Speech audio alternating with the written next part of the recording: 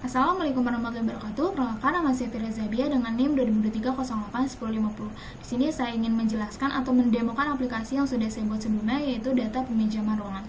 Tapi sebelum itu, saya ingin menjelaskan apa itu Node.js. Jadi Node.js itu adalah sebuah platform yang diciptakan oleh Riandel untuk menjalankan aplikasi web berbasis JavaScript. Nah, Node.js ini juga dikenal sebagai perangkat lunak untuk mengembangkan aplikasi web yang ditulis menggunakan sintaks bahasa pemrograman JavaScript. Nah, mungkin penjelasan ringkasnya segitu dulu. Kita langsung masuk aja ke dalam codingan tentang si aplikasi web yang sudah saya buat. Nah, di sini itu pertama saya memasukkan Bootstrap teman-teman di atas, kemudian dilanjut dengan link CSS bookings.css. Ini nantinya tampilan-tampilan ini akan masuk ke dalam si bookings.css ini teman-teman. Nah, kemudian lanjut ke bawah, di sini ada judul atau nanti tampilan di atas itu saya menulis data peminjaman ruangan, dan di samping data peminjaman ruangan saya menuliskan add untuk menambahkan data-data yang akan kita tampilkan di table. Nah, apa sih data-data yang kita akan tampilkan table? Nantinya ada nama peminjam, ada nama ruangan, ada tanggal, waktu mulai, waktu selesai, keterangan, dan status. Nah, teman-teman di sini bisa nulis form actionnya itu /bookings/add gitu teman-teman. Nah, di sini juga ada button tambah peminjam dan juga button batalnya teman-teman. Lalu kita lanjut ke bawah, di sini ada from edit booking from. Nah, di sini ada slice bookings edit. Nanti teman-teman juga sama bisa mengedit datanya, yaitu ada nama peminjam, ada nama ruangan, ada tanggal, ada waktu mulai, ada waktu selesai, kemudian ada keterangan, kemudian ada status. Statusnya itu nanti kalau diedit sama edit itu bedanya gini teman-teman. Jadi kalau diedit itu kita bisa mengedit apakah ini nantinya peminjaman ini diterima atau ditolak gitu teman-teman. Kemudian di bawahnya itu ada button simbol perubahan batal. Kan teman-teman di sini bisa baca sendiri ya. Tuh. Kemudian juga di sini ada teman-teman, nanti ketika kita pencet icon yang berbentuk mata itu, nanti dia akan membaca si data-data yang ada di table ya itu teman-teman. Gitu. Kemudian di sini ini ada di tabel itu kan saya ditulis di atas nanti akan menampilkan apa aja teman-teman, menampilkan ID, nama peminjam, nama ruangan, tanggal, waktu mulai, waktu selesai, keterangan, status peminjam, dan aksi. Nah, kemudian ini juga tentang si icon-iconnya teman-teman, yang saya mengambil dari Bootstrap. Nah, ini juga untuk icon edit saya mengambil dari Bootstrap. Ini juga yang dilihat juga dari Bootstrap.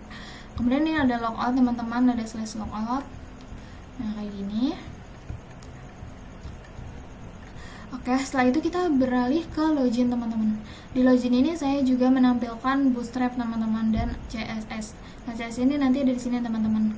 Gitu. Nah, ini adalah login form, di slash login. Kita memasukkan username, password, terus ada juga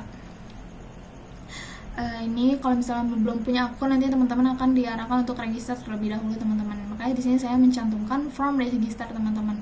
Kita tulis slash register, username, password. Kalau misalnya sudah punya akun, teman-teman bisa langsung login aja gitu. Di sini juga ada bootstrapnya.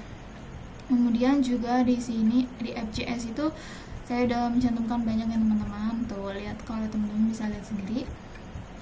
Untuk database itu saya namain room booking, kemudian juga ini ada slash register. Ini untuk fungsi itu nanti ketika kita mengklik suatu web itu, dan nantinya dia akan mengarah ke tujuan kita teman-teman gitu. Jadi bookings add, nanti dia akan meng-add gitu teman-teman. Dia lihat juga edit, kemudian logout. Ini ibaratnya root gitu lah teman-teman. Kemudian di CSS ini aku juga udah mencantumkan sini ya. Kemudian di login itu tampilannya juga ada di sini CSS-nya. Mungkin langsung aja kali ya teman-teman. Ini untuk yang out. Ini ada login, kemudian ya teman-teman bisa baca di sini. Oke, kemudian kita mungkin sekarang langsung ngebahas tampilan aplikasi yang sudah saya buat teman-teman. Kita klik apa sih? Kita klik Node app.js karena memang di sini saya taruhnya di app.js ya teman-teman. Kemudian kita klik Node app.js. Kita enter. Oke, server in running on port 3000. Oke. Ini tadi bekas saya yang tadi ya teman-teman. Mungkin kita bisa refresh saja. Atau kalau kita mau buktiin lagi nih, kita dari ulang ya teman-teman. Localhost bookings. Oh, nggak bisa teman-teman, karena memang diarahkan untuk login terlebih dahulu gitu. Nggak bisa kita langsung mengakses si bookingsnya, itu nggak bisa ya teman-teman. Oke, mungkin sekarang aku mau buat akun kali ya teman-teman, karena aku belum punya akun nih ceritanya. Oke, kita masukkan username-nya itu adalah misalnya Vira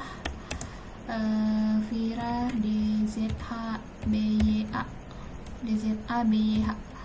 Oke, DZBH gitu aja ya.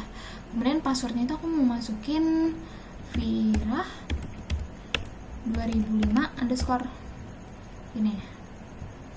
Nah, kalau misalnya udah, kita register teman-teman. Nah, setelah register kita login nih pakai akun yang sudah saya buat tadi, DZBH. Dia apa passwordnya teman-teman? Vira 2005_. Nah, bisa kan teman-teman?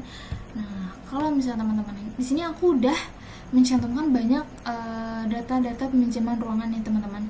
Kemudian kita di sini mau mencoba add ya teman-teman. Oke, di sini kita masukkan nama peminjam. Misalnya aku mau masukkan nama peminjamnya itu si Syarha gitu. Syarha Haura misalnya. Nah, dia mau minjem apa sih? Dia mau minjem misalnya ruang klasifikasi. Kemudian tanggalnya itu dia dia minjam di tanggal misalnya 31 ya teman-teman, 31 Oktober. Kemudian di jam 10:30. Waktu selesainya itu di jam 11:50. Keterangannya 11:50.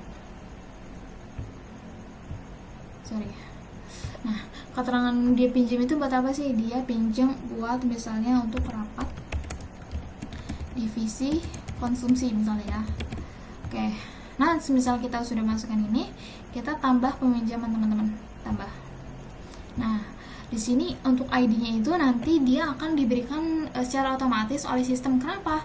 Karena di localhost di database MySQL saya itu, saya mengatur di bagian struktur itu auto increment, yang dimana nantinya setiap ID itu akan diberikan secara otomatis oleh sistem teman-teman. Jadi kita tinggal masukkan data-datanya aja, nanti si sistem akan memberikan ID untuk setiap pengguna gitu, atau setiap user.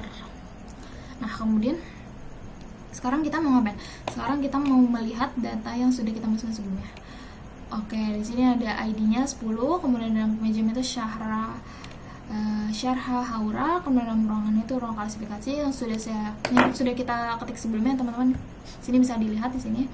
Nah, untuk tanggal waktu mulai dan waktu selesai itu, kenapa saya mencantumkan detiknya juga? Karena memang di bagian database saya ini saya mengaturnya time teman-teman. Jadi kalau memang teman-teman tahu ya, time itu nantinya si database itu akan menampilkan jam, menit, dan juga detik teman-teman gitu. Jadinya makanya di sini ada si detiknya karena saya mengaturnya melalui time. Oke. Kemudian kita juga bisa mengedit teman-teman, mengedit datanya. Sebelumnya kita mau coba mengedit kali ya. Oke. Tadi kan tanggalnya si Syarha itu dia pesan tanggal 31 ya teman-teman.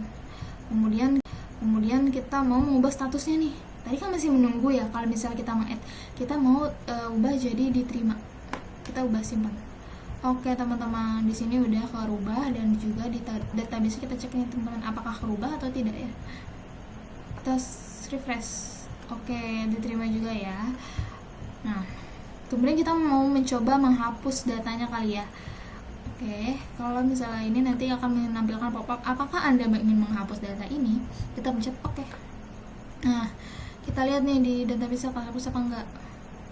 Oke, kehapus teman-teman. Kemudian langsung aja mungkin kita logout kali ya, kita coba logout dari si website ini. Nah, ketika kita logout nantinya akan diarahkan kembali ke halaman login, dan kita bisa mengaksesnya lagi kalau misalnya kita mau melihat-lihat data peminjaman ruangan itu lagi. Mungkin segitu aja penjelasan dari saya.